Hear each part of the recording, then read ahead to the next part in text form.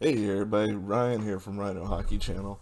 Alright, gonna go over the Anaheim Ducks season review. Now, as you all have known if you've seen my videos, you know this is my favorite team. So it's probably gonna be harsher than most of them, so be prepared. Alright, so, I forgot to say, if you haven't done so already, hit that like button and make sure to hit that subscribe button as well. And make sure to hit that little notification bell next to the subscribe button so you can be notified when I drop a new video. Alright, let's get started. Alright, so this is how their 2021 season went. Second worst team in the league. Ugh. 17-30-9 was their record. Worst record they've had, I believe, since, what was it, 04 season? I think it was about this bad. Maybe it was 99 actually, or 2000. But not a good season at all. 43 points. They finished 30th in the league at 31 teams.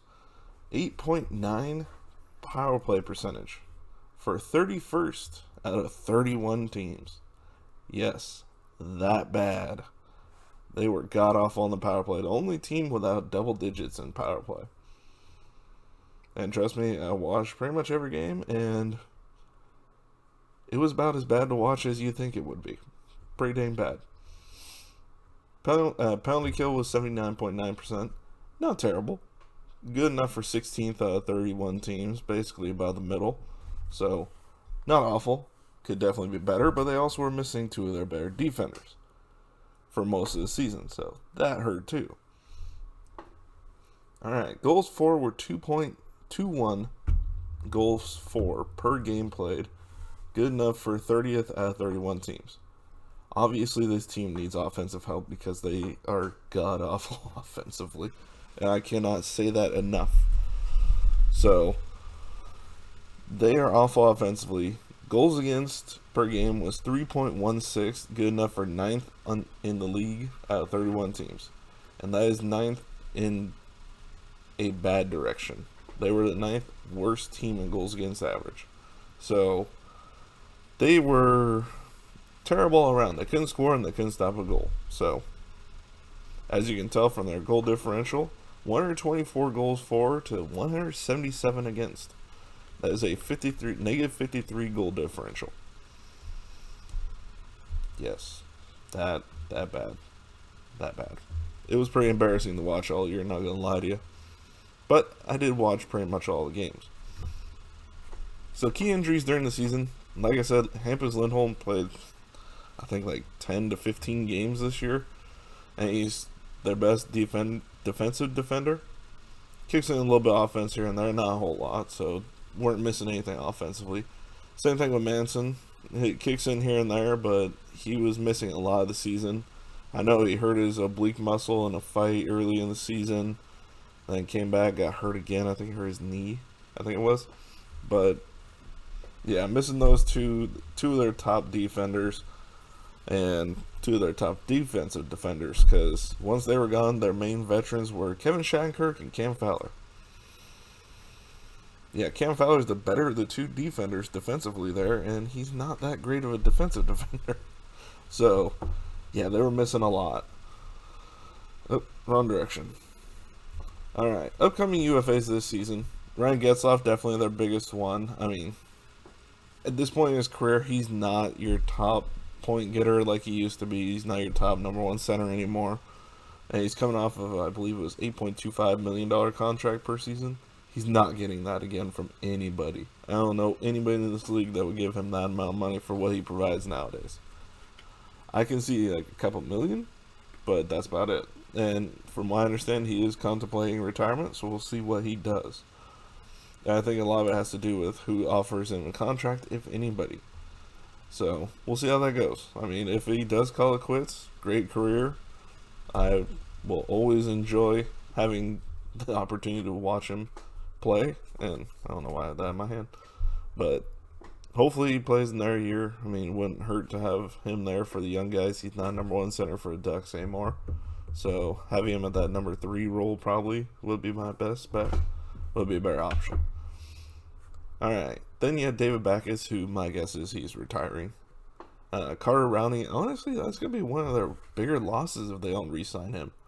He is an amazingly good fourth line player and good penalty killer. And I forgot to mention him in the injuries department. He was out at least the majority of the season with a season-ending knee injury. It was pretty nasty. I believe he tore ACL, MCL, I believe it was. Which, if you have ever even slightly injured one of those, it hurts like hell. So, he had surgery to fix it, so we'll see how he is when he gets back. Then you have Andy Walensky, depth defender. Sam Carrick, who honestly, when he was playing for the Ducks this season in the big club instead of the minors, he was really good. I was surprised. He showed more this year than I think I've seen from him at all before this with Toronto or with Anaheim. Then, of course, Ryan Miller, but we all know he's retiring, so UFA, and he's going to stay that way. He played his last game, and top American goalie of all time, win-wise, so congrats to him. Good career. I miss seeing him, but hey, it's time for his second career. Alright, upcoming RFAs. This is a big list for them. This is where most of their salary cap is probably going to go this offseason. Because you got Sam Steele, Josh Mahura, Maxime Comtois, Max Jones, Dan Heinen, Alexander Volkov, and Isaac Lundestrom. All RFAs. Now, who's going to make the money out of this bunch? Comtois, I bet you, is going to make more than the others at this point with the season he just had. I mean, I still don't see him being like a $4 million player. I'd say he's probably going to get like around 3.5. But the way the Ducks GM does things, he's probably going to get like $5 million. Max Jones, I can see getting a couple million. Heinen, I think if they want to retain his RFA rights, they have to offer him like $5 million, I think they said it was. But he's not worth that. I'd more so rather see them trade him to Seattle just for them to take a nothing player, honestly. Or just leave him available and hope they take him. That's always a possibility too. Volkov was okay when he came over from Tampa. He was not terrible, but he wasn't great. So, I mean, he had his times when he was invisible, then he had his really good games. I mean, he definitely seems like he has a consistency issue. So, I think he'll still probably get $1.5 million, somewhere in there. Lundestrom, probably about the same thing. He's going to be a good defensive forward, I think, in the near future. And Mahura, I don't know what he's going to get because he cannot hold down a solid NHL spot. So, I don't think he's going to get a whole lot. And Sam Steele had a down year this year, but I still see a lot of potential in him. Especially getting more of a workload next year if Getzlaf is gone or getting a reduced role. I can see him probably being the number 2 center with Trevor Zegras at number 1. We'll see. I mean, they could sign somebody, trade for somebody, who knows. Because I know there have been rumors about Jack Eichel, but why would Jack Eichel want to go from Buffalo to Anaheim? Just for one higher up position, 4 or 5 more points in the season? Yeah, I don't think he's going to make that much of a difference for him. Alright, here's the terrible contracts. I mean, neither one is god-awful, but they're definitely ones I think Anaheim was trying to get out of at the trade deadline, and nobody was taking on those. Adam Henrique, $5.825 million per season through 23-24 season. When he provides something, he provides something, but he was very inconsistent this year. And, I mean, he still had a solid year for the team he was on. But if he was on another team, I'm not sure he'd be playing. He is not very good this year. So, take it or leave it. I mean, if somebody wants it, I'm sure Anaheim will retain half just to get rid of him. Same with Silfverberg. I mean, Silfverberg's a good defensive forward, but his offense is non-existent, especially the first half of the season for some reason. He seems to be a second half guy. He does okay in the playoffs. $5.25 million per season through 23-24 as well. I mean, they're the largest contracts they have of guys who are not producing to what the contract is. I mean, they're not awfully expensive contracts. I mean, they get them to the cap floor at least, so I'm not sure if they're going to get rid of them. We'll see. All right, who wants out? I heard rumors last season that John Gibson wanted out, and I don't blame him. At this point, the Ducks are wasting his prime. It's kind of like I don't want to say Hasek, but Hasek with Buffalo for all those years, there were teams that were good, but I don't think anybody really picked them to ever win those years either. So his prime was wasted. Luckily, he did go to Detroit towards the end and get two cups? Yeah, two Stanley Cups, I believe it was. Because he never got in Buffalo, unfortunately. So I see the same thing with Gibson. I mean, Roberto Luongo, you could say, is the same type of thing. Good goalie on a bad team, making that bad team look good at times. Oh, my cat might jump in the screen here. No, going across. Thank you. Yeah, but honestly, at this point, they're wasting his prime, and I would not be surprised if he wants out or even want to go home to Pennsylvania, because there's two teams there that he may have more of a chance to win with. And honestly, the Ducks could get a very good haul for him, so they could definitely get their king's ransom. I think a couple of teams would pay it. I mean, Philadelphia needs goalies, so does Pittsburgh. I mean, Pittsburgh, you have a good young goalie there, but not on the same caliber as a John Gibson. Maybe I'm overplaying how he is because he had a terrible year this year. But you could tell by the time they lost the 10th game that he had checked out. And I think most of the team had checked out at that point. So, I mean, that's the way it's been the last couple of years for this team. They just check out when things get hard.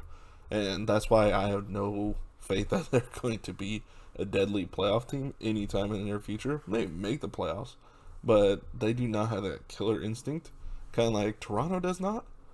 So I don't see them being a force to reckon with anytime soon. Even with the good young talent they have, I don't see them being there and being competitive.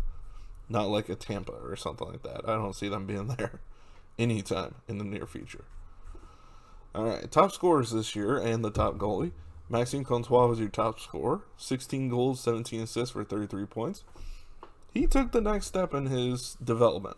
Now, if he can take the next step again and hit that 20 to 25 goal range, and probably about the same amount of assists, because I think he's kind of that type of player that is about equal with the goal and assist category instead of being dominant with one over the other. But I can see him being dominant with the goals too, because he is good in front of the net and he has a decently good shot. So I can see him doing that, but it could also be this was a fluke year. So we'll see.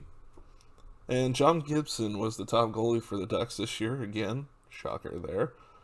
9-19-7 was his record. Ouch. 903 save percentage and 2.98 goals against average. Definitely the worst stats he's had in one season in his entire career. So, yeah, what can I say other than beating the horse after he's down? It's just, he did not perform well this year because, like I said, he checked out. And understandable. He did. And $6.4 million for the next 6 seasons, I think it is.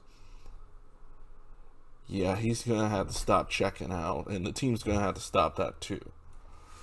Alright, upcoming draft. We know all their draft selections because they don't have any Montreal, Vegas, Islanders, or Tampa draft picks this year. They do have Edmonton's 5th round pick, but that's it. So they're picking number 3 overall because they're the only team that lost out on the lottery, moving from 2 to 3. They have the number 34 overall pick, 66, 98, 130, 148, and 162. Now, there are a lot of defenders in this draft. Not many forwards. Not many big-time forwards, I should say. There are forwards, but not that are expected to be massive stars in the league. Now, could they take William Eklund? Could they take Matthew I say his name wrong, Beniers? Possibly. And honestly, they would not be wrong in taking either one of those. Eklund, I think, is a bit undersized for my personal taste because his team lacks physicality.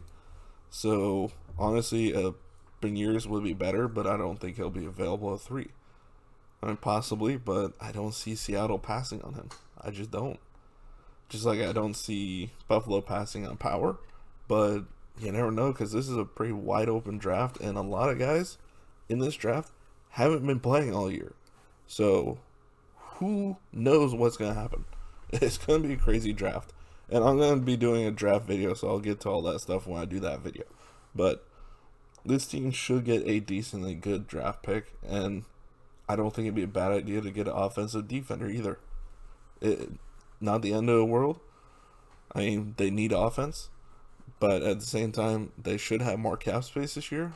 Maybe sign somebody, or trade Gibson and get a couple of good forwards. Because I mean, they have a goalie in the pipeline that could take over possibly at number 1 eventually, not this year, but possibly down the line. All right, future outlook. This team could be competitive for a playoff spot as soon as a couple seasons from now. Now, when I say competitive for a playoff spot, that does not mean competitive for the cup. I don't think they'll be competitive for that, barring some serious changes in these young players that are on this team and going to be on this team. I mean, developmentally, they have to change their entire mindset at this point in order for this to change. Zagoras is going to be good. Jakob Perreault, we'll see. He may be good, or he may be very ineffective. I mean, we'll see how these young guys play. I mean, Sam Steele was a disappointment last year. Comtois showed a lot of progress. I mean, he still had his down times during the season, which needs to be corrected. And, I mean, they don't have any young defenders that are screaming out. I mean, other than Drysdale, who, honestly, when he was playing, kid, to me, looked like Scott Niedermayer back in the day.